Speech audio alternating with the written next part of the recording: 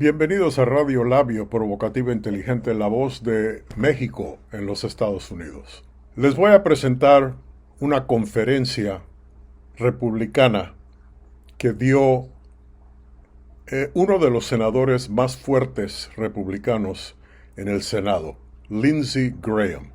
Lindsey Graham es sureño, estados muy derechistas, muy rojos. Nosotros los hispanos los podríamos considerar como racistas.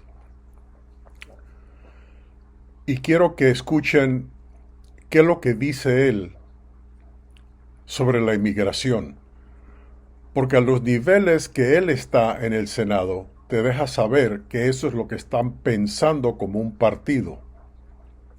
Y ustedes van a poder analizar si eso es lo que queremos que pase ahora en el 2022, cuando se lanzan muchas posiciones, muchos candidatos para el control de la Cámara Baja y la Cámara Alta del Congreso. Porque si ellos toman el mando del Congreso, el presidente Biden no va a poder completar los últimos 2 años haciendo nada positivo para los hispanos. Aquí comparto con ustedes lo que dijo el senador Lindsey Graham. All right, well, thank you very much. Today I'm going to introduce the Secure and Protect Act of 2021. I'll talk about it in a moment, but why the Biden administration has lost control of the southern border. It's a time to regain control, and you have to deal with the dynamic that led to the border being overrun. This is not a seasonal event. Trump's got nothing to do with this. This is not Trump's fault. That's a bunch of BS. This is policy choices that were ill-conceived that have blown up in Biden administration's face.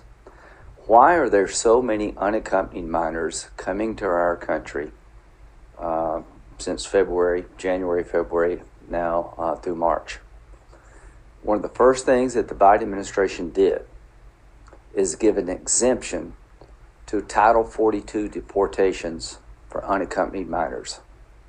Title 42 was created by President Trump to allow us to send back anyone coming to our border because of the concerns about COVID infection. It didn't matter if you came as an unaccompanied child. It didn't matter if you came as an asylum seeker, family, you name it. You were apprehended and you were sent back because of COVID concerns. One of the very first things that the Biden administration did is give an exemption for unaccompanied minors regarding Title 42. That spread like wildfire throughout Central America. Word is out that an unaccompanied child will not be sent back under Title 42. They will remain in the United States. As a result, they've had to build 6 temporary facilities. 2 more are being looked at. There's a Fox News report. I don't know how accurate it is.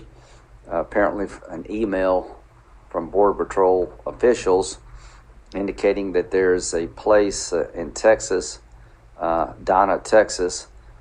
Pod 3A was designed to hold 80 people. And according to this email, there were 694 unaccompanied minors in that facility designed for 80. And there were 2 agents in charge of 694 children, an 867% increase over the capacity of Pod 3A. The numbers are stunning, but you have to ask yourself, what led to the rise of unaccompanied minors? Change in policy regarding Title 42. What else has led to a surge in people coming to our border? The Biden administration has done away with the Remain in Mexico policy. The Trump administration created a policy that if you're applying for asylum in the United States, you would have to stay in Mexico until your court date. Thousands of people were kept in Mexico under this policy. Tens of thousands of people. What happened? When word got out that you no longer are released in the United States, you have to stay in Mexico for years to await your court date, the flow of asylum seekers almost stopped. Because people are not going to pay $10,000, $20,000, $30,000 to go to Mexico for 4 or 5 years. They were paying to get to the United States, to be released, and they never show up. So it's time to take back the border, and the Secure and Protect Act would turn off the flow, in my view. So what do I do? Under the Flores court decision, if a family unit is apprehended at the border claiming asylum or any other situation, the minor children can only be held 20 days, which requires you to process the family in 20 days or break it up or release the whole family. Working with the Trump administration a couple of years ago, they told me that if you had 100 days to process families, then you could adjudicate the family unit. You would not have to let them go. You could hold them together in humane conditions, and they would be priority in terms of adjudication. Under the Democratic regime, families were routinely being released into the country because of the Flores decision put the government in a box. You have to release the children. What do you do with the mom and dad or other adults? This 100-day change would allow us to adjudicate the family as a unit and never require us to release them in the United States, where they seldom come back for the hearing. We have a quirk in our law. If you're a minor child from Mexico or Canada, we have the legal authority to send you back to Mexico or Canada. But if you're from a non-contiguous nation, like the Triangle countries, Guatemala, El Salvador, there's no authority for us to send the unaccompanied minor back. I changed that. The Secure and Protect Act allows us to send unaccompanied minors back to their home country, even if they're not from Canada or Mexico. The biggest change of all is to change the asylum standard that's being abused.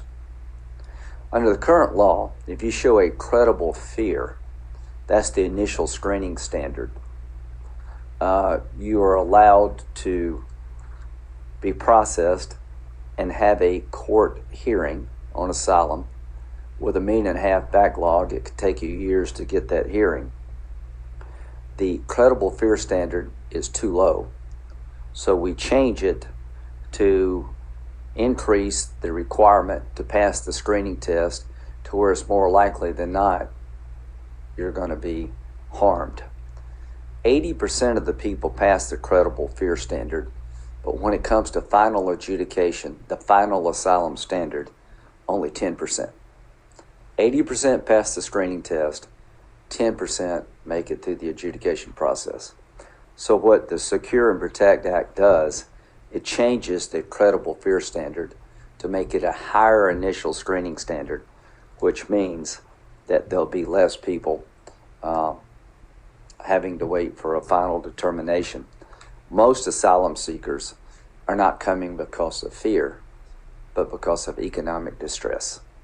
The asylum standard has been completely abused.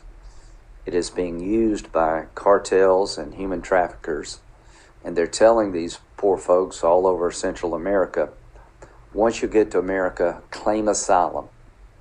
You're entitled to a hearing. They will release you in the United States, then you can go anywhere you want to go. 90% of the people never show up for the hearing, and 90% of those who do show up are not allowed asylum. The asylum system is being gamed. The Secure and Protect Act will stop this. So I'm hoping that there will be bipartisan support. And what we're trying to do is basically say, if you come to America, you're no longer going to be allowed to apply for asylum here. We want you to apply for asylum in your home country, particularly if you're a child. And if you show up on our border, we're going to send you back to your home country. You can apply for asylum there. Then we'll give you a court date here. You can show up for your court date, but you won't be released within the United States. If you're an unaccompanied minor from the Triangle nations, you will be sent back to your country. You will not be processed here.